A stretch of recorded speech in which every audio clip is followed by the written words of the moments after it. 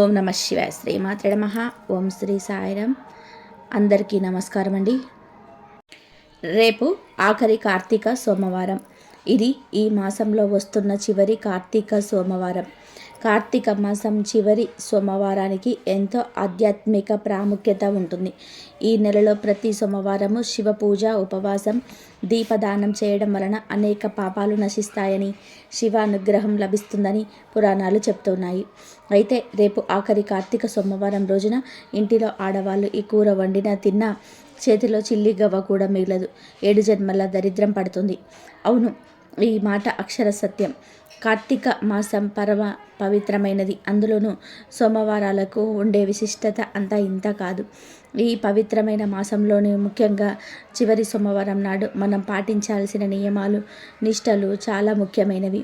తెలిసి కానీ తెలియక కానీ చేసే చిన్న పొరపాటు కూడా మన పుణ్యఫలాన్ని హరించి వేస్తుంది. కాబట్టి శాస్త్రాలు పెద్దలు చెప్పిన ప్రకారం ఈ కార్తీక సోమవారాలు ఇంటిలో పొరపాటున కూడా వండకూడని, తినకూడని ఒక పదార్థం ఉంది. దానిని కనుక ఆ రోజున వండినా లేదా కుటుంబ సభ్యులలో ఏ ఒక్కరు తిన్నా కూడా ఆ ఇంటికి తీవ్రమైన దరిద్రం చుట్టుకుంటుంది. ఆ ఇంట్లో ఆర్థిక ఇబ్బందులు మొదలవుతాయి. ఎంత సంపాదించినా చేతిలో చిల్లి గవ్వ కూడా మిగలదు. అంతా నీటిలా ఖర్చుపోతుంది. ఈ గృహంలో లక్ష్మీదేవి నిలబడదు. ఇది కేవలం ఆ ఒక్క రోజుతో పోయేది కాదు. దాని ప్రభావం చాలా కాలం పాటు ఉంటుంది. పిల్లలు, పెద్దవారు అనే తేడా లేకుండా ఆ ఇంట్లో ఎవరు కూడా తినకూడదు. ఇది కేవలం ఈ ఒక్క జన్మకే పరిమితం కాదు. 7 జన్మల పాటు ఆ పాపఫలం వెంటాడుతూనే ఉంటుందని, తరతరాలు కష్టాన్ని అనుభవిస్తారని పెద్దలు చెప్తూ ఉన్నారు. ఇంట్లో శాంతి, సంతోషం కరువై నిత్యం ఏదో ఒక సమస్య, అనారోగ్యం, ఆర్థిక చిక్కులు పీడిస్తాయి. కాబట్టి శివానుగ్రహం కోరుకునేవారు, కుటుంబ శ్రేయస్సును ఆశించేవారు రేపటి ఆఖరి కార్తీక సోమవారం నాడు ఆ నిషిద్ధ పదార్థం వైపు కన్నెత్తి కూడా చూడకూడదు. దానిని ఇంట్లోకి కూడా రానివ్వకూడదు. ఈ నియమాన్ని పాటించడం మన మంచికే, మన కుటుంబ భవిష్యత్తుకే. మరి రేపు కార్తీక సోమవారం రోజు ఏ కూర వండకూడదు, తినకూడదు ఇప్పుడు మనం ఈ వీడియోలో తెలుసుకుందాం. అంతకన్నా ముందు మా వీడియో నచ్చితే లైక్ చేసి షేర్ చేయండి. అలాగే మా ఛానల్ని సబ్స్క్రైబ్ చేసి మాకు సపోర్ట్ చేయండి. ఇక వీడియోలోకి వస్తే, రేపు ఈ మాసంలోని చివరి కార్తీక సోమవారం. ఈ కార్తీక మాసం మొత్తం ఆధ్యాత్మిక కాంతితో నిండిపోయి ఉంటుంది. కానీ జీవితపు పరుగులో ఎంతమంది నిజంగా భగవంతుని స్మరించగలిగారు? కొందరికి పని ఒత్తిడి, కొందరికి ఆరోగ్య సమస్యలు, మరికొందరికి పనులు. ఈ కారణాలతోటి ఈ మాసంలో వచ్చిన సోమవారాల్లో పూజ చేయలేకపోయినా వారు ఉండవచ్చు. కానీ భగవంతుడు కరుణామయుడు. తప్పులు చేసిన వారిని క్షమించి మరో అవకాశం ఇచ్చే దయామూర్తి. రేపు ఈ మాసంలో చివరి సోమవారం. ఇది భక్తులకు చివరి బంగారు అవకాశం లాంటిది. మీరు ఇప్పటి వరకు కూడా పూజ చేయకపోయినా, ఉపవాసం చేయకపోయినా, దానం చేయకపోయినా, దీపం పెట్టకపోయినా రేపు మాత్రం తప్పకుండా చేయండి.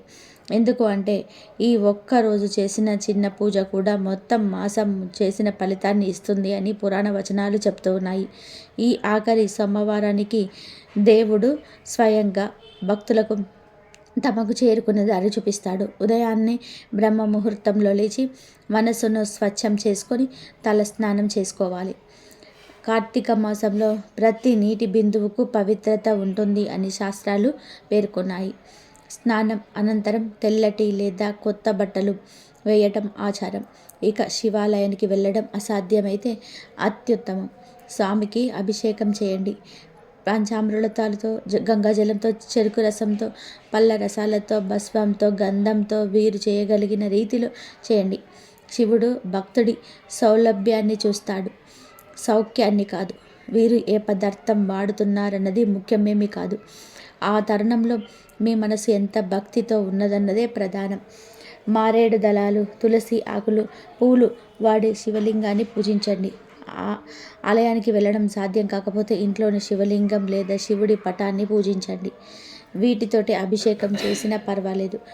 ముఖ్యంగా ఏమిటంటే ఓం నమ శివాయ అనే పంచాక్షరి మంత్రాన్ని 108 సార్లు భక్తితో జపించండి. ఈ జపం పాపక్షయానికి, మనోశాంతికి, దేహ ఆరోగ్యానికి మూలమవుతుంది. ఈ ఒక్కరోజు చేసే అభిషేకం ఈ మాసమంతా చేసిన అభిషేక ఫలాన్ని ఇస్తుంది. ఈ విశ్వాసాన్ని మన పెద్దలు ఇలా ఉదయం పూజ చేసిన తర్వాత రోజంతా ఉపవాసం ఉండండి. ఇది కష్టమైతే పాలు లేదా పండ్లు మాత్రమే తీసుకొని సాత్విక ఆహారం పాటించండి. మధ్యలో వ్యర్థమైన సంభాషణలు, కోపము, అలసత్వము, ఆగ్రహం ఇలాంటివన్నీ కూడా దూరంగా ఉంచండి. ఈరోజు మనసు ప్రశాంతంగా ఉంచి శివ చింతనలో ఉండడం అంటే అత్యవసరం. సాయంత్రం ప్రదోష కాలంలో శివ దర్శనం లేదా శివస్మరణ చేసుకోవాలి. దీపం వెలిగించాక ఉపవాసాన్ని విరమించండి. ఇది పక్కా విధానం. ఈ ఒక్కరోజు చేసే ఉపవాసం పాపహరమేకే కాకుండా సర్వరోగ నివారణ కానీ అని పురాణాలు వర్ణించాయి. దేహంలో ఉన్న చెడు శక్తులు, మనసులో ఉన్న మలిన భావాలు ఈ ఉపవాసం ద్వారా కరిగిపోతాయి. రేపు సాయంత్రం దీపదానం తప్పకుండా చేయండి. కార్తీక మాసంలో దీపం వెలిగించడం అత్యంత ప్రధానమైన కర్మ.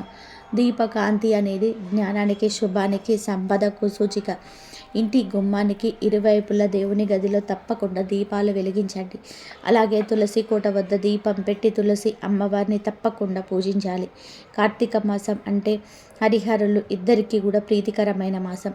తులసి సాక్షాత్తు విష్ణుమూర్తికి ప్రేమైనది, లక్ష్మీదేవి స్వరూపం. ఈ సోమవారం నాడు తులసిని పూజించడం ద్వారా శివకేశవుల అనుగ్రహం ఒకేసారి లభిస్తుంది.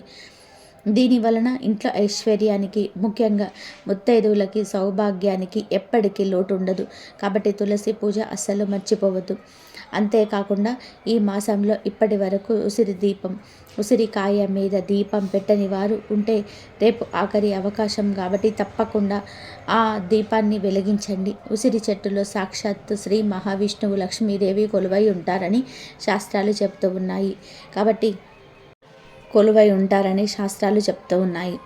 ఒక మంచి ఉసిరికాయను తీసుకొని దాన్ని శుభ్రం చేసి పైన కొద్దిగా చదురుగా కడిగేసి అందులో ఒక చిన్న గుంతలా చేసి ఆవు నెయ్యి వేసి దూదితో ఒత్తి చేసి వెలిగించాలి. ఈ ఉసిరి దీపాన్ని తులసి కోట వద్ద లేదా దేవుడి మందిరంలో వెలిగించటం ద్వారా మన దరిద్రాలు, పాపాలు తొలగిపోయి మహాలక్ష్మీదేవి అనుగ్రహం కలుగుతుంది. అనంతమైన పుణ్యం లభిస్తుంది. మీరు ఆవు నెయ్యితో వెలిగిస్తే శ్రేష్టం. అది కుదరకపోతే నువ్వుల నూనె సరే వాడవచ్చు. ముఖ్యంగా 365 ఒత్తులు కలిగిన దీపం వెలిగించగలిగితే ఇది ఒక్క రోజులో సంవత్సరం అంతా దీపారాధన చేసిన పుణ్యాన్ని ఇస్తుంది. దీపం వెలిగినప్పుడు ఆ కాంతిని కొద్దిసేపు మనసారా చూస్తూ ప్రార్థించండి. శివశక్తి నా జీవితంలో ఎల్లప్పుడూ ఉండి జ్ఞాన దీప్తి ప్రసాదించాలి అని. దీపదానానికి తోడుగా దానం కూడా ఈ రోజున చేయడం మర్చిపోవద్దు. దానం అంటే కేవలం ధనం ఇవ్వడం మాత్రమే కాదు, ఆకలితో ఉన్నవారికి అన్నం పెట్టడం. అది అన్నిటికంటే గొప్పది. ఆహారము, వస్త్రాలు లేదా కనీస ధనం ఏమి ఇచ్చినా శివుడు అనుగ్రహిస్తాడు. తృప్తిగా తిన్నట్టు దానం చేసే మనస్సు భగవంతుడి పూజ కంటే కూడా ఉన్నతం అని మన గురువులు చెప్పారు. శివాలయాల్లో దీపారాధన కోసం నూనె, వత్తులు, నెయ్యి వంటివి అందించడం కూడా ఒక పుణ్యకార్యం. మీరు ఇచ్చే చిన్న సహాయం కూడా మీకు అపారమైన పుణ్యఫలాన్ని ఇస్తుంది. ఇక ఈరోజు పఠనానికి కూడా ఎంతో మహిమ ఉంది. కార్తీక పురాణంలోని చివరి అధ్యాయనాలను చదవడం లేదా వినడం చేయండి. శివ స్తోత్రాలు, లింగాష్టకం, బిల్వాష్టకం, పూర్వ కథలు చదవడం లేదా వినడం ద్వారా మనసు ప్రశాంతంగా ఉంటుంది. ఈరోజు చేసే స్తోత్ర పారాయణం ఈ మాసమంతా కూడా చేసిన పారాయణంతో సమానం. చదవడం కుదరకపోతే శివుడి గుణగణాలను మనసులోని తలుచుకోండి. శివ కథలు చెప్పండి, పిల్లలకు వినిపించండి. ఇది కూడా పుణ్యమే. రేపటి రోజున ఒక ముఖ్యమైన విషయం గుర్తుపెట్టుకోండి. మనసులోని నెగిటివ్ ఆలోచనలు, విరక్తి, కోపం ఇవన్నీ కూడా దూరం పెట్టండి.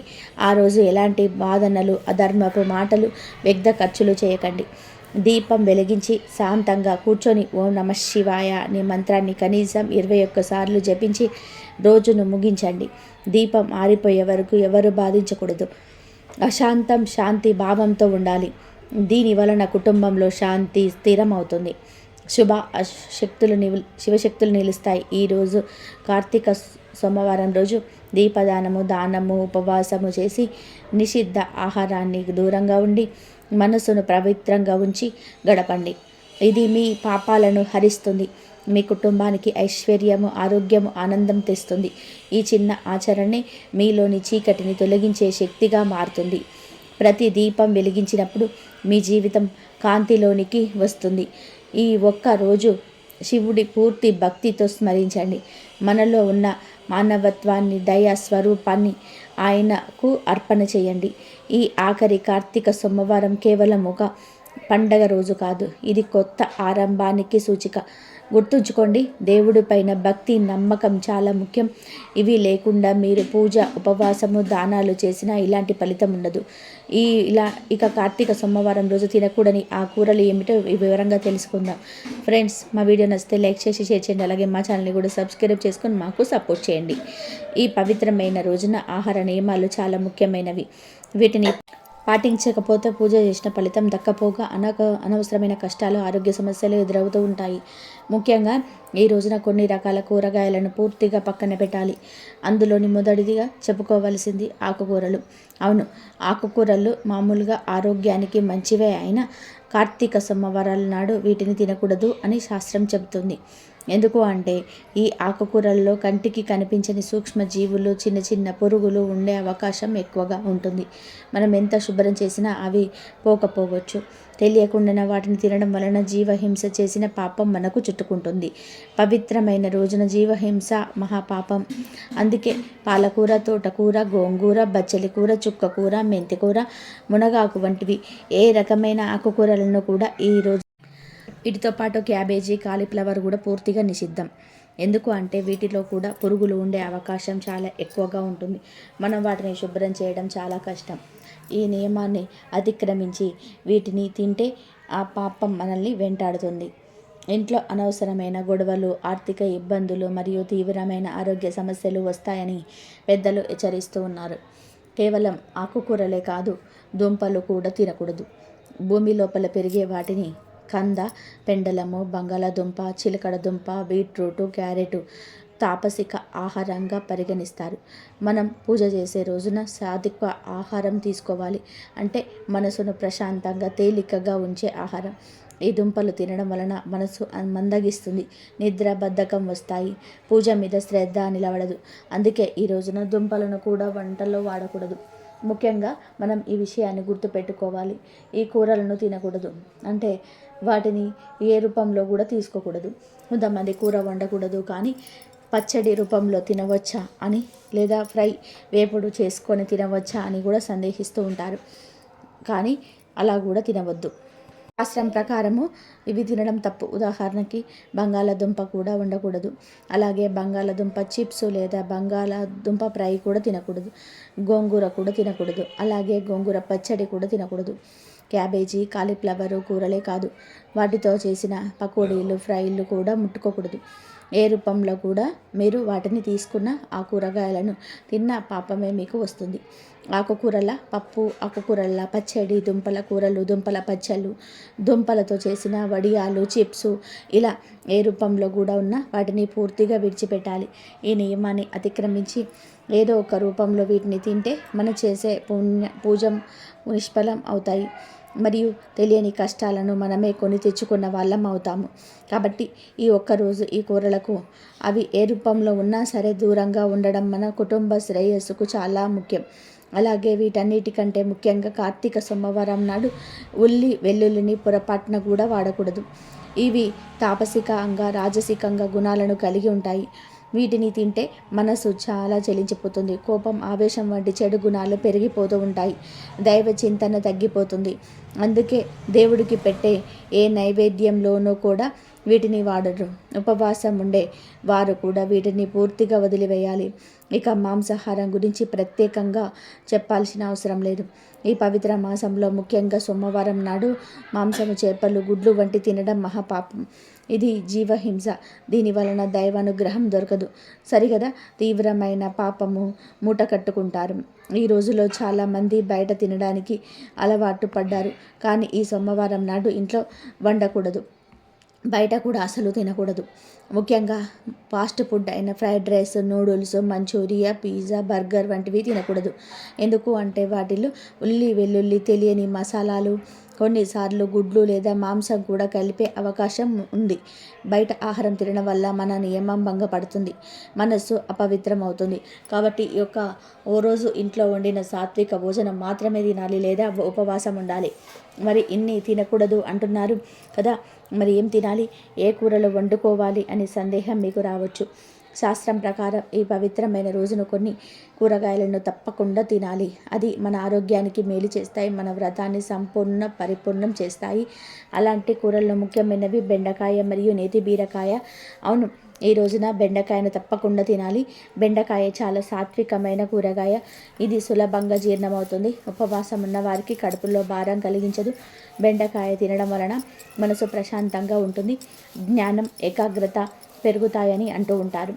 శివుడికి బెండకాయ కూరను నైవేద్యంగా పెట్టవచ్చు. ఇది ఎటువంటి దోషం లేని స్వచ్ఛమైన ఆహారం.